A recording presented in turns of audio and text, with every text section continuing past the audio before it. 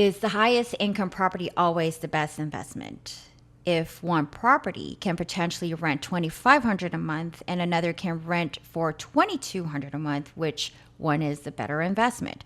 Most people would immediately say to 2,500 property, but not necessarily. When you're looking at income producing properties, it's very easy to focus on one number. How much rent can I collect?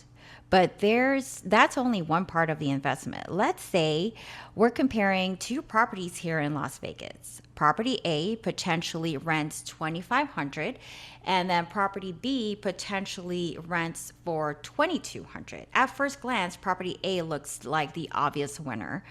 But then we start looking deeper. What if property A has much higher HOA? What if it requires more maintenance? What if the purchase price is significantly higher? What if property management costs more?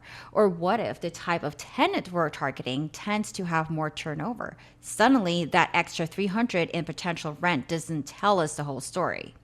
And this is why I want buyers to start thinking about net income instead of just gross income.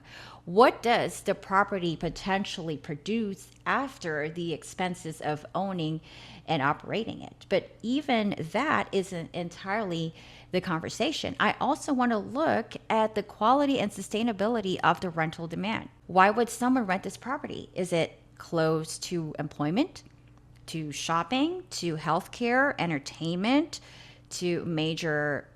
Is it an area where people actually want to live? What's happening around the neighborhood over the next several years? Because sometimes the property with the highest rent today is not necessarily the property I would want to own long term. Then we need to think about risk. What happens if the property sits vacant for a month? What happens if there is a major repair? What if rent softens? Could you still comfortably own this property? And here's another question I really like asking. If I could not rent this property for the amount of I'm projecting today, would I still want to own it? That question forces us to look beyond the spreadsheet, because a good income producing property strategy isn't simply about the biggest income number. It's about understanding the relationship between the purchase price, potential income, expenses, location, demand, risk, and your long-term objective. And that's exactly why we use the PIER Framework: position, infrastructure, entry strategy, and regulation and risk. It gives us a way to look at the entire opportunity instead of being distracted by one attractive number. So when you're comparing investment properties, don't automatically ask which one pays the most. Ask which one makes the most sense. And those are the kinds of conversations we're bringing over to the PIER Certified Homebuyer Forum happening this September.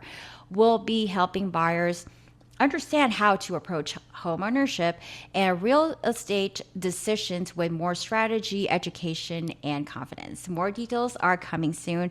I'm Jenny Kirkich, and I hope to see you there.